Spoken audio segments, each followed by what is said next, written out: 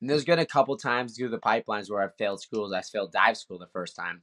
So dive school, there's this test called one man's, and basically what they do is they bring you down under the water. They give you a dive mask that's blacked out so you can't see anything, and then the instructors come around and they thrash you around, and then they take your regulators and your hoses and they tie it up behind you, and they're like, I'm like launch themselves off the wall into your stomach. Like they're like really kind of like beating you up down there, and you just gotta just sit there, take it, and then you'll feel like a part where they're not messing with you, and then you have to untangle all of your stuff, get to your air source, take a breath, and then as soon as you take a breath off your air source, boom, they hit you again.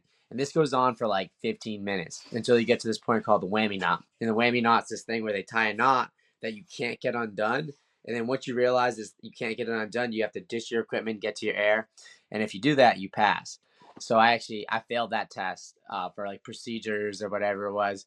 So that was like a year and a half into the pipeline. So I had to wash back again to go through that again. I remember just like being really down and being like, oh man. But the one thing I could say is like all those moments I've had in my military career where it's like, I worked my ass off to get this thing and I failed and I had to wash back and do it all over again. It's made me a better person, made me a better fighter.